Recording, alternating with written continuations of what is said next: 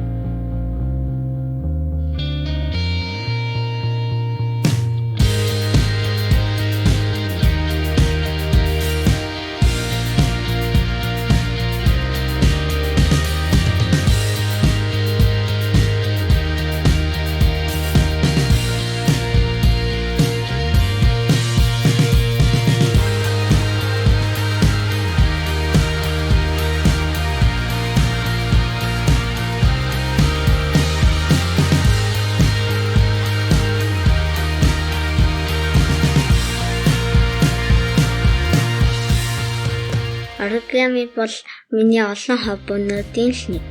Миний хийсэн оригами том арцгаар дүүрэн бий. Би энэ луг хийхэд хамгийн их удсан. Гоё болохоор манай дүү тоглосоор байгаад муухай олгочихсон. Оригамигаар саян хийх гэсэн чинь нар гал гээд зарим дүрсийг хийх завар ерөөсөө байхгүй байсан. Тэгэхээр би өөрөө бодож байгаа зохиогод хийчихсэн. Гал яаж нугалж хийснээ ахиад хийж үзүүлье.